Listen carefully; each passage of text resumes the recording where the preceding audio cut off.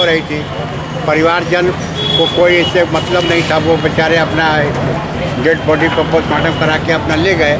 लेकिन उनके शुभचिंतक लोग रोड पर अनावश्यक रूप से उपद्रव कर रहे थे। उनको समझाया बुझाया गया, उनके साथ सिंपैथी भी हम लोगों ने दिखाया कि भाई जो भी हुआ गलत है, लेकिन इसका फ़ायदा उठा करके वो लोग उपद्रव करने लगे। रोड़ा पत्थर भी थोड़ा बहुत फेंका गया उन लोग की तरफ से, इसलिए उन्हें हल्का बल प्रयोग करके रास्ता जाम खाली कराया गया, रास्ता खाली कराया गया। वो लोग अपना भी चले गए।